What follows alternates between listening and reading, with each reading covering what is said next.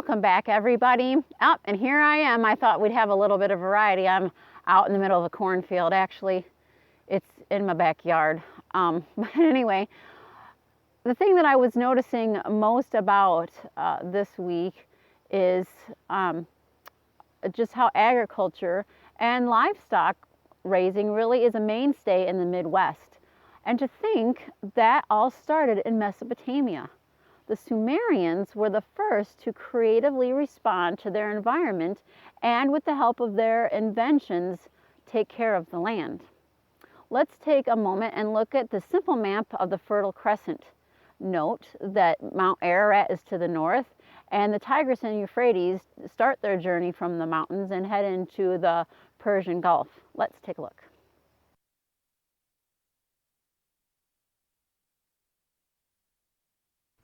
Okay, let's start with Mount Ararat. I gotta look at my notes for this one. It is the Greek version of the Hebrew spelling of Urartu, which is the 9th to 6th century BC kingdom on the Armenian Plateau. There are a few speculations as to where the word oriented and its exact meaning, but needless to say, I found out that it's only the European languages that use the word Ararat. The traditional Armenian name is Massus, or Mashu, meaning twins, pair of mountains, or twin mountains. Let's take a look. Which brings us to this point. Mount Ararat is actually a range consisting of a dormant compound stratovolcano. Its two major peaks are first the Greater Ararat, being the highest elevation in the area at roughly 16,854 feet. Second is the Lesser Ararat, with the elevation of 12,782 feet. This range sits on the north-south strike-slip fault line, which is credited with forming lava domes by flank eruptions in the past. Its last eruption was in 1840. Out of these mountains not only flows the 1,150-mile-long Tigris, which means arrow, probably because it has a pretty straight shot from the mountains into the Persian Gulf, but also the 1,700-mile-long Euphrates, which means that makes fruitful.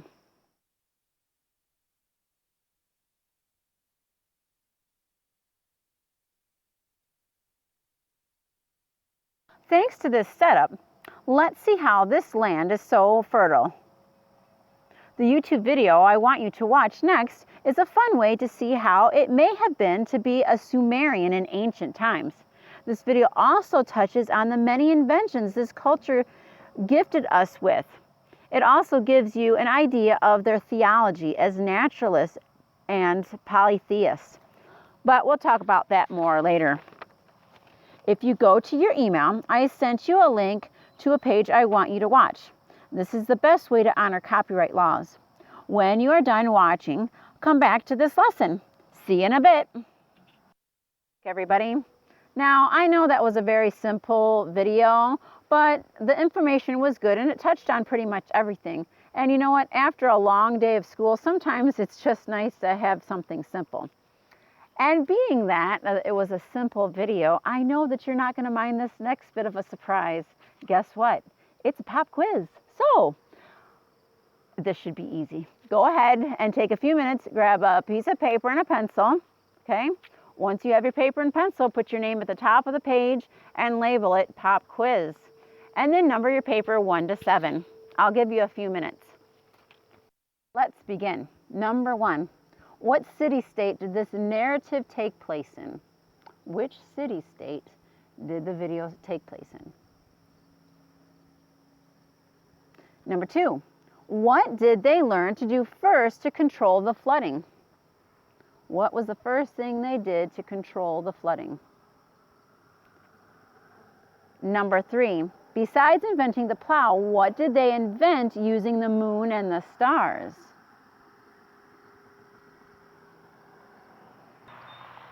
What did they do besides inventing the plow? What did they invent using the moon and the stars? Number 4. They were the first to use the cuneiforms to write about what? Okay.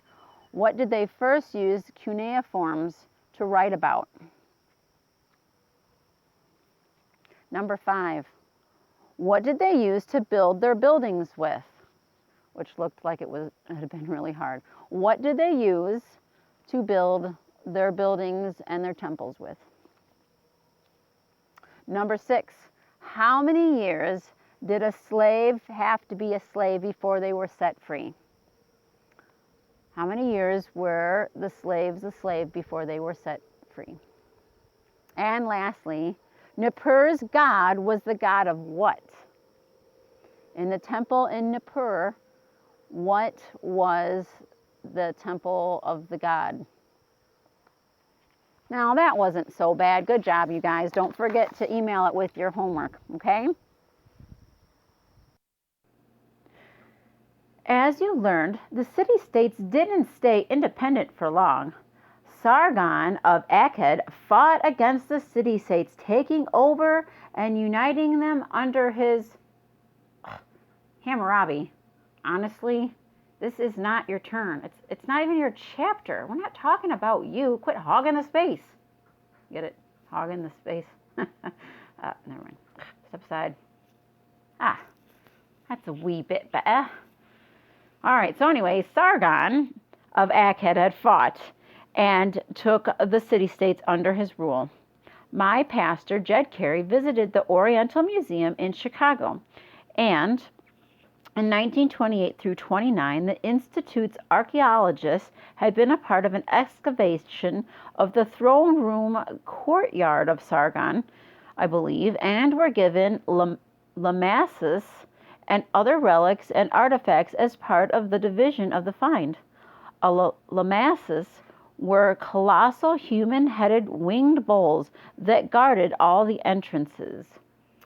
And I've got some pictures of those, so let's see what those look like.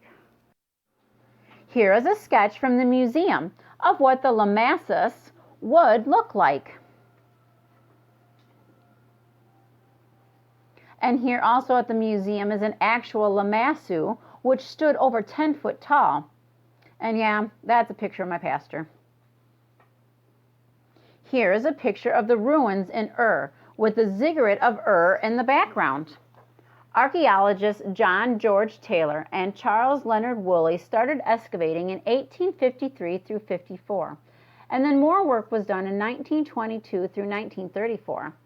The temple was first built during the reign of Ur-Nammu as a shrine to Naana, the moon god.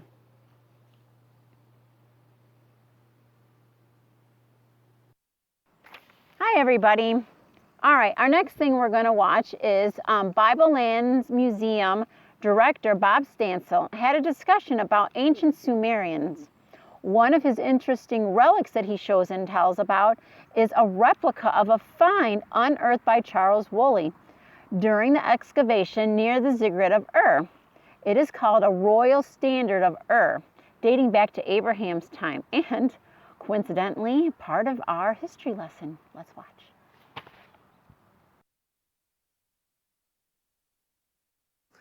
Now, another object that I would like to show you is an object that was discovered around the ancient ziggurat of Ur.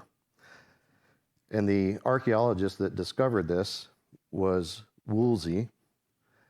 And it was made of lapis stone, and I made a reproduction of it. The original is at the British Museum. But as you see here, there is a scene on this side, and there is a scene on the other side. And here we see, leading upwards, a scene of a battle. And one thing I'd like to note is how primitive the harnesses are on the horses. And if you look at the wheels, that they are just two pieces of wood cut and then made into a circle. And then you can see where they are bound together. There is the battle scene, and then we see the larger figure here, the king.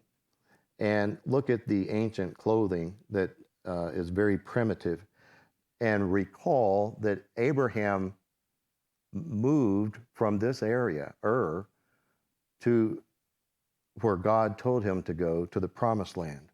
Now on the other side, and this is called the Royal Standard of Ur, and it dates back to Abraham's time period. This is called the peace side.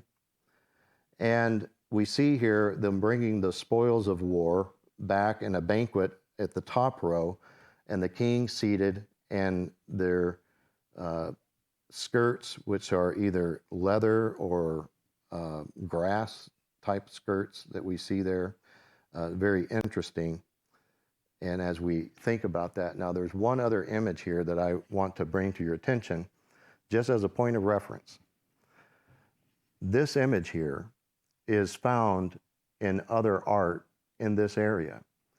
And it's interesting, as we note here, because there is a man, and then over here there is a young boy, and then there is what appears to be a ram or antelope, and it is either rearing up or caught in a bush there. And we can see that there are some type of objects in their hands.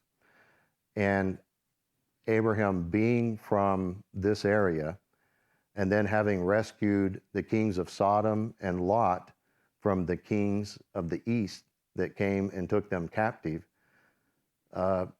they would have had knowledge of Abraham in that time period. So this is a very interesting thing, although there's no proof that is Abraham and Isaac. It is interesting there to notate. Thank you.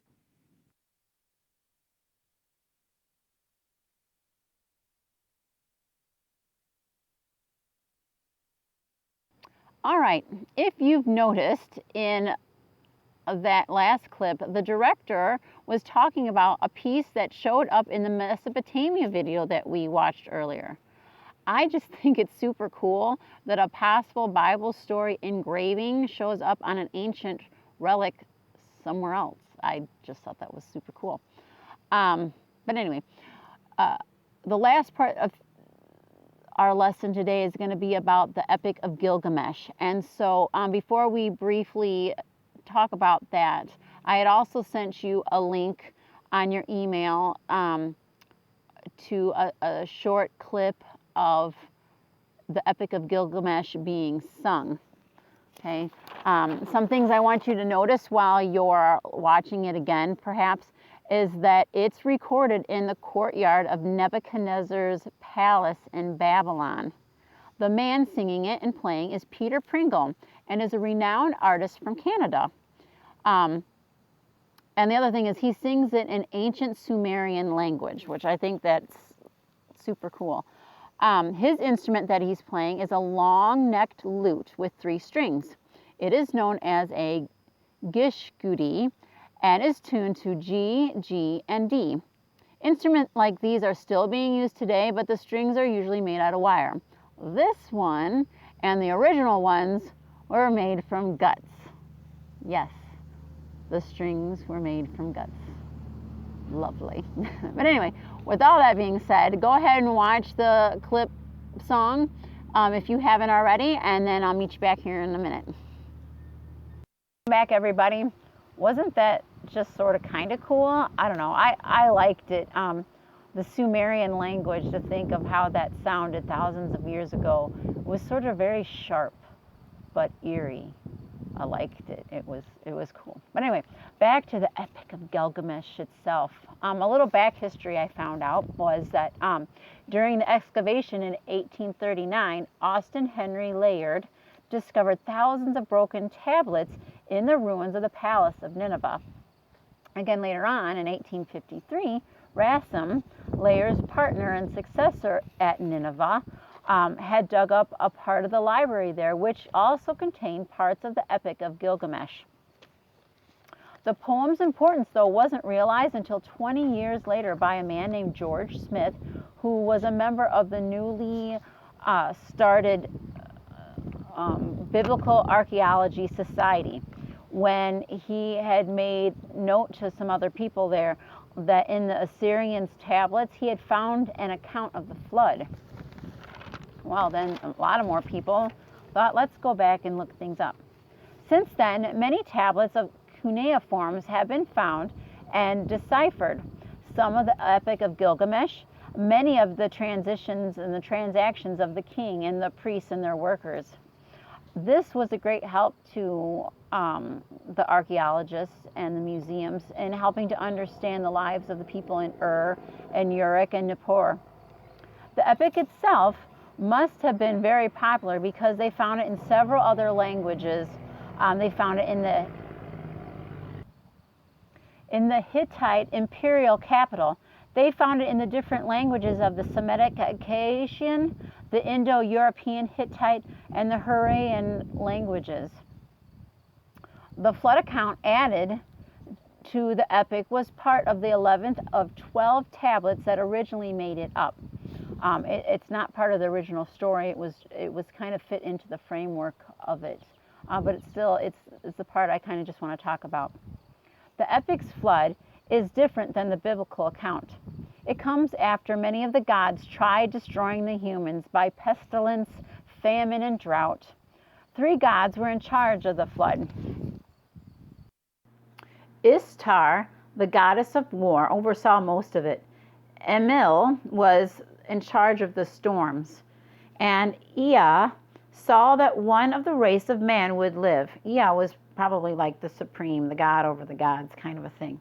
And so they had this war council as to what to do about the people they were tired of. And so it was decided that they were going to have this mass storm and flood destroy them all because nothing else was working. So also the gods of the underworld came up and had a heyday with the lightning and the storms, and everything was destroyed except for Ea told one man to build a square boat so that he would live. So the storms were done and everything was destroyed. The one man was also told to take one of every kind of animal and put it in the boat so that that would be saved as well. Some parallelism there. But when it was all said and done, the gods were shocked at the destruction that they had made. And Ishtar, even though she was upset about it, didn't promise like our God never to do it again. She just said, well, I'll just remember this for next time. But she was mad that one man lived through it all. This is a depiction of her being upset and the one man who lived.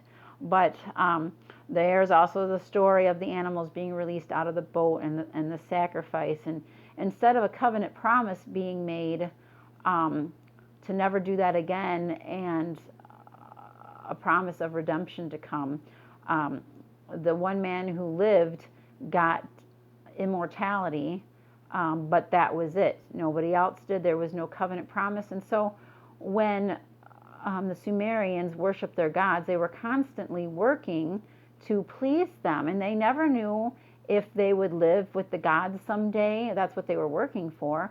There was nothing to look forward to.